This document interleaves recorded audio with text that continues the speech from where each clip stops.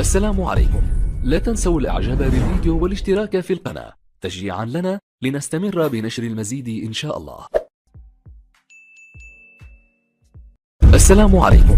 لا تنسوا الاعجاب بالفيديو والاشتراك في القناة تشجيعا لنا لنستمر بنشر المزيد ان شاء الله. النادي الاهلي مواجهه كما تحدث الكابتن مشعل عبد الله، فهي تعتبر مواجهه التي قد تتبدل والانتصار اذا حضر من خلال هذا اليوم للنادي الاهلي او لنادي قطر الذي في حال انتصاره موجود بالرقم 30 في تشكيله النادي الاهلي. الجانب المقابل في صفوف السيد يوسف السفري، المدرب المغربي ساطع عبد الناصر بحراسه المرمى، حارس المرمى العرباوي الحاضر لحمايه صخل من خلال هذا اليوم ب7 انتصارات وتعادلين و6 خسائر من خلال منافساته. لكن هنا محاولة لعبة عرضية، بدر بانون خلص الكرة الماضية من جديد، عمر ياسين سوكو عايدة ملي ياسين يا عالي يا يزن النعيمات يرتقي عاليا، لكن ساطع عبد الناصر هو يبدو من ابعد الكرة مرة اخرى. نخرج من اطار بطولة العربية نعود لاطار مسابقة بطولة الدولة. الشار رسن على هذه المحاولة، الكرة العالية راسية حاضرة ومن ثم تحولت الى ضربة مرمى لعناصر النادي الاهلي. يزن النعيم اللي اليوم يحمل اشارة القيادة، واحد من الحراس الشباب، واحد من الحراس اللي يعتبروا من خريجي أكاديمية نادي قطر كما يعلم الجميع. مباراة تلعب ب6 نقاط، ولكن الحذر واجب في لعبة كانت لأن الدوكلي يعرف المقاس، يعرف مسار الكرة وين تروح، يعرف مسار الكرة كيف. فوكوفيتش راسية لبدر بانون، عمر يحاول، عمر ياسين سوكو، الله الله الله الله الله الله الله الله، عيدها شوف شوف شوف شوف شوف شوف شوف على التمريرة، 1-2 عمر ياسين راح يزن، يا سلام يا سلام، يستحول للخطوط الأمامية، أي انطلاقة وأي مرور وأي مراوغة، وبعد ذلك تسديدة بالقدم اليسرى. لولا بدر بانون لكان هنالك كلام آخر، إما تألق لصالح الملك القطراوي. بدر بانون في الخلف، بانون يحول الكرة، بطاقة صفراء على الحاضر بس بشار الصفراء. نصف ساعة لعب من أحداث هذا الشوط. يزن النعيمات بنقله إلى الأمام بالمهارة، يزن من أمام بدر بانون على أحمد خالد صاحب الرقم 22.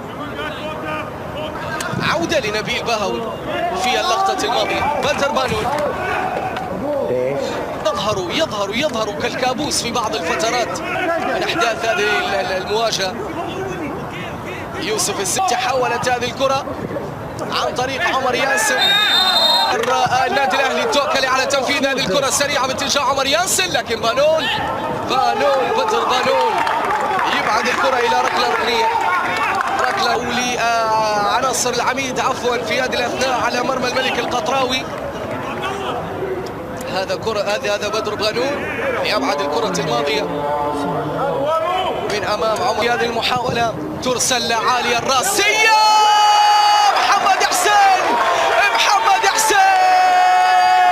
كان عالي يرقص، كان عالي ويسجل للنادي الأهلي في هذه الأثناء. مصالحة الجماهير يا نيبوشا، ليلة مصالحة مشجعي الملك القطراوي. دوكلي بكرة إلى الأمام مرة أخرى. بانون في أي نعم، كل مباراة لها حساباتها، كل مباراة لها أوراقها، كل مباراة لها تكتيكها الخاص، كل مباراة لها فوكوفيتش اللي كان موجود مع الفيصل الأردني والزمالك المصري. بطاقة صفراء ولا تفاهم؟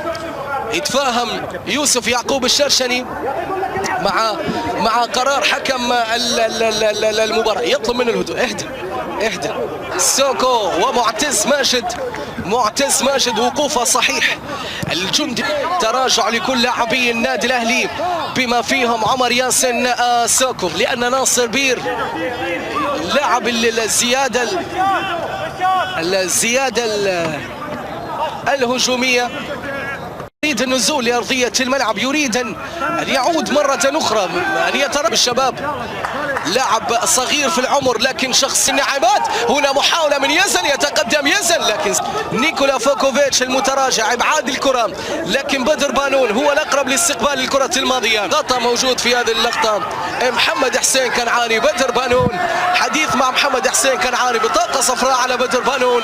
المباراة التي ستشهد الحاضر بلنك، يعني محمد عبد الله استقبل الكرة وضافها شوية، زودها شوية، قدمها إلى الأمام، وبالتالي تدخل عني بشار رسن في آخر 18 دقيقة على نهاية هذا اللقاء. كرة ترسل عالية، يا بانون يا بانون يا بانون يا بانون يا مجنون يا مجنون يا بانون. يعود بالملك القطراوي مرة أخرى بدر بانون. بدر بانون يعتلي فوق الجميع، أسد من أسود الأطلس، يزهر في أرضية ملعب حمد بن خليفة ويسجل هدف التعادل. شوف الكرة العالية، الله على بانون، الله على بدر بانون. بدر بانون يا مجنون على الارتقاء في اللعبة الماضية، على الضربة، على الوضعية في كرة تعانق. حكم الشخصية القوية، تعجبني شخصية يوسف يعقوب الشرشني. حكم تحس انه 1 2 3 هذه النهاية. لكن شوف عرضية بشار مقشرة من بشار رسن على طول على راس بدر بانون للملك القطراوي معتز ماجد. سلامات سلامات سلامات سلامات. وصلت إلى علي عوض. الله الله الله الله الله الله الله الله الله الله الله الله الله. لكن 8 بطاقات صفراء هي مستحقة.